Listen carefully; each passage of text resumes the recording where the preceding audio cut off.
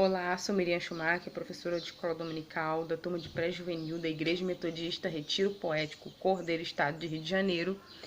E acabei de gravar, a aula 7 e agora eu vou pular para a aula 8. E como eu falei, eu ia gravar os três juntos, mas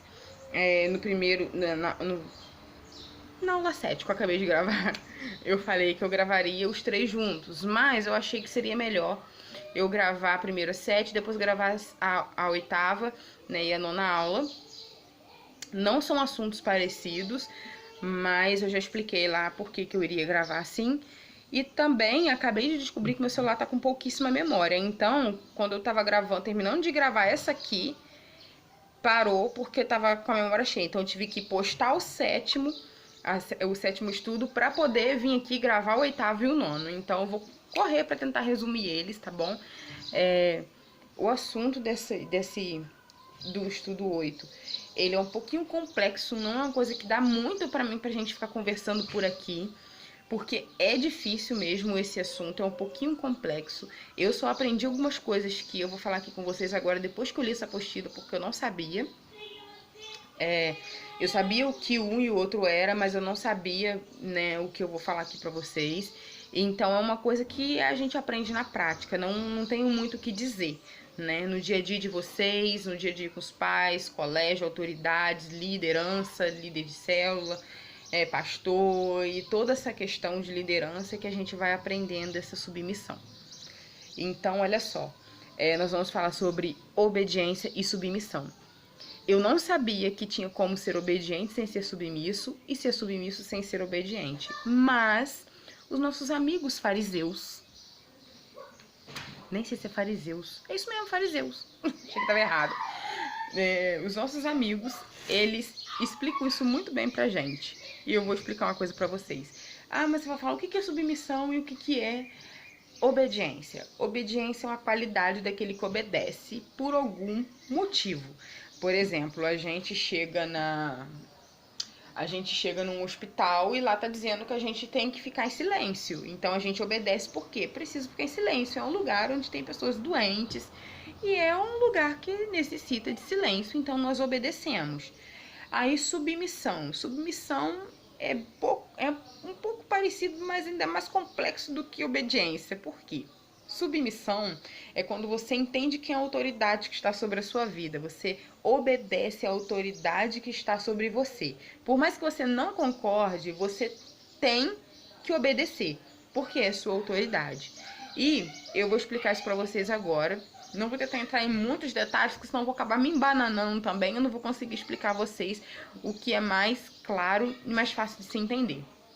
Os fariseus, eles obedeciam a lei, que tinha sido feita por Deus, mas era a lei terrena, a lei, dos homens. Eles obedeciam a lei de Moisés, mas eles não obedeciam a autoridade de Jesus sobre a vida deles. Quando Jesus chega, eles começam a achar que Jesus é demônio, é príncipe dos demônios e uma série de outras coisas, e não reconhecem a autoridade de Cristo sobre a vida deles.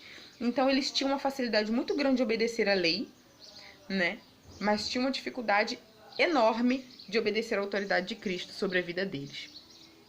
Então, tudo que a palavra dizia, eles faziam, na verdade faziam cumprir, na vida dos outros, mas eles mesmos não obedeciam, Então eles tinham essa hipocrisia, Essa hipocrisia que vem dos fariseus de obedecer em parte a lei, do homem, e não obedecer a Cristo que estava ali na frente deles. E Cristo mesmo dizia, aquele que me vê, vê a Deus. Eles sempre ficavam se questionando isso.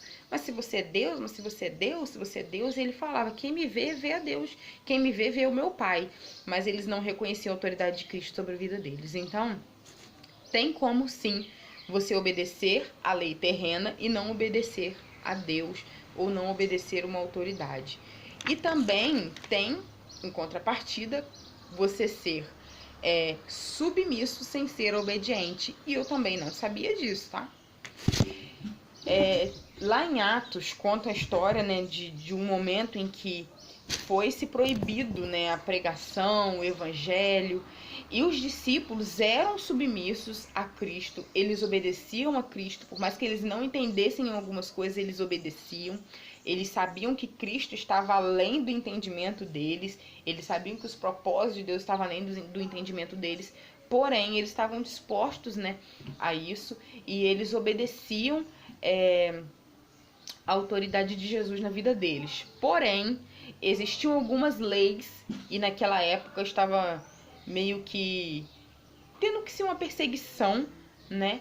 E não estava mais podendo pregar, falar de Deus tão abertamente dessa forma.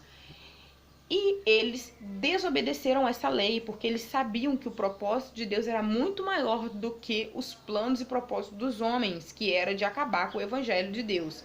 Então, o que eles fizeram? Eles obedeceram a autoridade de Cristo e não obedeceram a autoridade terrena. Eles continuaram a pregar, eles continuaram cumprindo a sua missão para que o propósito de Deus fosse cumprido. Aí você fala assim, mas eu posso desobedecer todas as leis terrenas? Por exemplo, na escola fala que tem que assim, assado, eu posso desobedecer. O prefeito diz que não pode sair de casa nessa pandemia, eu posso desobedecer e sair? Não é por aí também. A gente tem que entender o quê? Nós temos uma autoridade e temos que obedecer, e a Bíblia mesmo diz isso. Tem até um texto que fala sobre nós orarmos pelas nossas autoridades, obedecer às nossas autoridades. E tem um texto que diz que aquilo que é ligado na terra também é ligado no céu.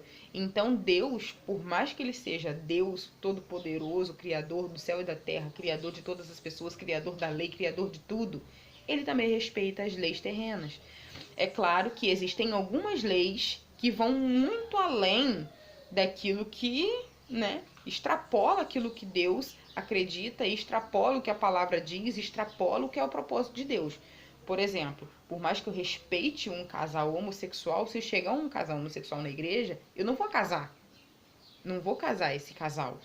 A lei do homem diz que eu tenho que casar, mas a lei de Deus diz que eu não tenho. A lei de Deus, ela não aceita esse casamento. Então, eu não vou obedecer esse tipo de coisa, né?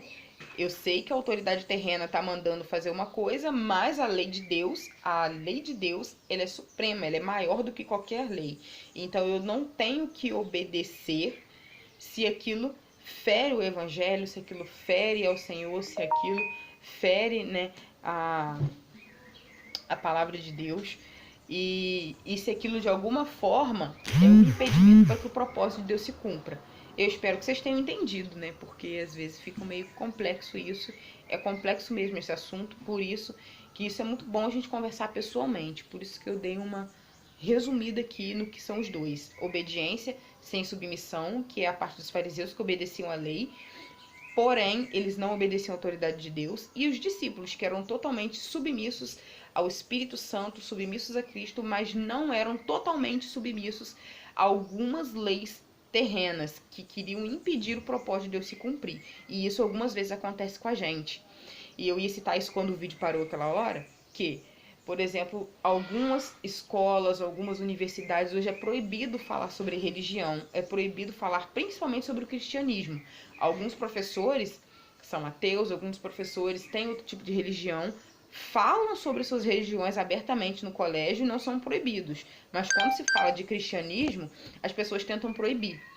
Então, quando isso começa a querer impedir o propósito de Deus, aí nós não devemos nos calar. Nós temos que nos colocar em posição de cooperadores do reino, que também já conversamos sobre isso aqui, colocarmos em posição de soldados, de filhos de Deus e nos posicionar. Mas isso tudo tem tempo certo, momento certo e tem que ser guiado pelo Espírito Santo. Nós não podemos fazer nada também sem que seja da vontade de Deus. Porque nem tudo que parece que é da vontade de Deus, nem tudo que parece ajudar o Senhor é uma ajuda, né? Então a gente tem que ser sábio nessa hora e saber se é a vontade de Deus ou não a gente se impor acerca de alguma situação. Então espero que vocês tenham entendido essa parte. Não tenho muito o que falar sobre isso, como eu falei, é complexo, é difícil, mas uma outra hora a gente conversa sobre isso, até com mais questões a se conversar, porque realmente é um assunto complexo e até eu tenho que aprender mais sobre isso, tá bom? Então essa é a lição 8, submissão e obediência. E vamos para a lição 9 rapidinho, né? Que é muito fácil, que fala sobre liderança servil. Nós sabemos lá em João 13, Jesus lava os pés dos discípulos, ensinando que maior é aquele que serve. Então, nós como discípulos de Jesus, filhos de Deus, nós temos que entender no nosso coração, entender dentro de nós que maior é aquele que serve. Mais do que nós sermos servidos pelas pessoas, mais do que a gente só esperar as pessoas fazer por nós, mais que a gente só esperar as pessoas virem orar, virem visitar a gente, virem trazer um presentinho, trazer uma lembrancinha, mandar uma mensagem, fazer alguma coisa por nós, nós temos que nos colocar na posição de soldados, de cooperadores de Cristo, de embaixadores do reino e servir as pessoas, servir a esse reino, né, que nos chama a isso, né? E nosso maior desafio nos últimos tempos é servir, né? Porque a gente realmente vem de uma cultura que só reclama, a gente vem de uma cultura de pessoas que só reclamam de que não são visitadas, de que as pessoas não se importam, de que as pessoas não ligam, de que as pessoas não perguntam, de que as pessoas, né, não ajudam. E nós somos chamados a quebrar com isso, com essa ladainha, e servir, e amar, e servir e não se importar se as pessoas não servirem a gente. E Jesus era assim, Jesus, o que as pessoas faziam ou deixavam de fazer não mudava quem ele era. Então, da mesma forma, nós não temos que mudar. Quando as pessoas são diferentes com a gente, ou quando as pessoas deixam de fazer algo por nós, a gente não tem que mudar a nossa forma de ser por conta disso. A gente tem que continuar sendo a gente mesmo e fazendo aquilo que o Senhor nos propôs a fazer. Como eu já falei algumas vezes aqui, cada um foi chamado para servir em alguma área, né? Alguns vão servir através de missões, outros vão servir através da pregação, outros vão servir, né, através da dança, outros vão servir através do ensino, outros através, né, de algumas questões, né, de ensino, pessoas que são que têm essa facilidade de ensinar, têm essa facilidade em se doar para ajudar pessoas, e o Senhor está nos chamando a fazer isso como discípulos também, né? A servir como discípulos, como liderança, né? E entender que o líder, ele não é um ídolo. Ai, fulano, meu ídolo, fulano, meu exemplo, eu te amo. Você pode amar fulano, você pode amar seu líder. E isso é muito bom, você respeitar, você amar, você, sabe, reconhecer, né, que aquela pessoa cuida e ama você. Isso é lindo, mas um líder, ele não é um ídolo, né? O nosso ídolo é Jesus, o nosso, sabe, o nosso amor maior é ele que morreu por nós. E ele que era para ser totalmente servido, ele serviu para mostrar que líder de verdade ele serve. Então, se você está se tornando aí uma pessoa que já está liderando alguém, que já está cuidando de alguém na escola, que já está cuidando de alguém da sua família, entenda que líder, ele serve, líder, ele trabalha. Trabalha e trabalha muito. Vocês percebem que nós que somos líderes na igreja, a gente vive lá. Culto atrás de culto, a gente tá lá, a gente tá servindo, e um leva água ao pastor, e outro mexe no som, e outro ajuda a servir, e outro fica na porta, e outro cumprimenta, e se tem empadão, a gente tá lá, a gente vende empadão, faz empadão, e faz não sei o que, e a gente tá lá, a gente tá ajudando, a gente tá servindo, e pega, alimenta, e ajuda na ação social, e a gente tá ali, porque líder tem que servir. Então, Jesus foi o maior, né, de todos, e ensinou a servir. Então, a gente acaba, né, por hoje, a gente acaba a nossa apostila de discipulado, né? Espero que vocês tenham entendido. Esses últimos assuntos são mesmo um pouco complexos e às vezes difíceis de vocês entenderem, mas qualquer dúvida a gente está disponível para tirar dúvida, para conversar sobre isso, né? E nem que seja individualmente com cada um. Então, não fiquem com dúvidas. Espero que vocês tenham entendido. Está aí a nossa aula 8 e 9. E agora vamos, não sei como vai ser daqui para frente, se a gente vai ter alguma outra alternativa de aula, outra alternativa de estudo para vocês, mas a gente vai continuar mantendo, né, contato, vai continuar conversando e isso vai ser muito bom até que isso tudo volte. Ó, um beijo para vocês. Até não sei quando. Vejo vocês nos cultos, tá bom? E vamos continuar se falando lá no grupo até a gente saber o que a gente vai fazer, qual vai ser as lições daqui pra frente, tá bom? Beijão. Até mais.